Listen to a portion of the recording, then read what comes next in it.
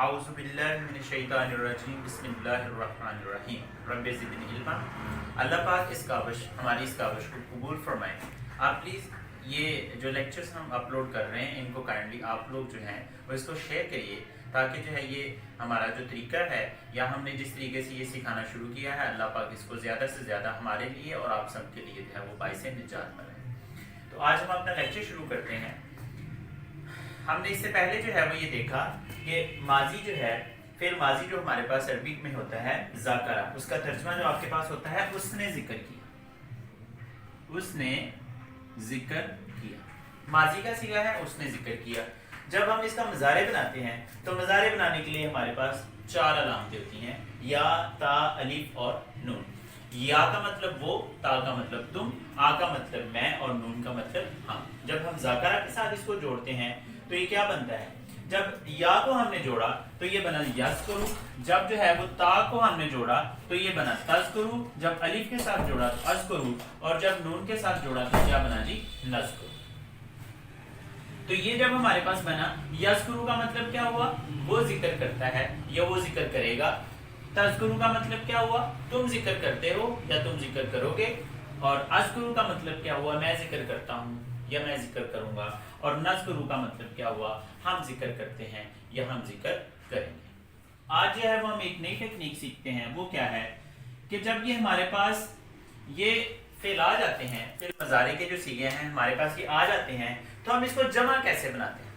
تو جمع بنانے کے لیے آپ ایک ہی دفعہ جو ہے وہ چیز یاد رکھ لیں کہ جب یہ واحد کے صیغے ہیں تو جب ہم نے ان کو جمع بنانا ہے تو اس کا طریقہ کار عربی میں ایک ہی ہے، وہ یہ ہے کہ ہم یا تو سے اس کے آخر میں واو الف لگا دیتے ہیں یا واو نون لگا دیتے ہیں، یا جو ہم یا نون لگا دیتے ہیں۔ واو الف، وا نون اور یا نون جمع بنانے کے لیے ہم کیا کرتے ہیں؟ ان سے پہلے یہ جتنے بھی افعال ہیں ان سے پہلے ان کے بعد میں ہم واو الف، واو نون اور یا نون جو ہے وہ لگا دیتے ہیں۔ تو ان کے ساتھ جو ہے وہ ہم آج یہ ان میں سے واو نون لگا کر ہم کیا کریں گے کہ ہم جو ہے اس کو جمع بنانے کا طریقہ سیکھیں گے۔ بھلا کیسے بناتے ہیں ذرا ہم دیکھتے ہیں۔ یذکرو کے ساتھ جب واو نون لگاتے ہیں تو یہ بنتا ہے یذکرو۔ جب تذکرو کے ساتھ لگاتے ہیں واو نون تو یہ بنتا ہے تذکرون۔ اور جب اذکرو کے ساتھ بنتا ہے تو یہ اس کا نہیں بنتا، کیونکہ یہ متکلم کا ہوتا ہے، واحد متکلم کا ہوتا ہے، تو اس کا جمع نہیں بن سکتا۔ تو جب نذکرو کے ساتھ ہم لگاتے ہیں تو وہ بنتا ہے نذکرو۔ اب آپ ذرا گیس کریں کہ یہ یذکرون کا ترجمہ کیا ہوگا، تذکرون کا کیا ہوگا اور نذکرون کا کیا ہوگا؟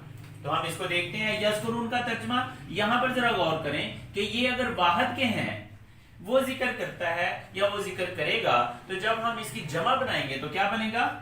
وہ ذکر کرتے ہیں یا وہ ذکر کریں گے۔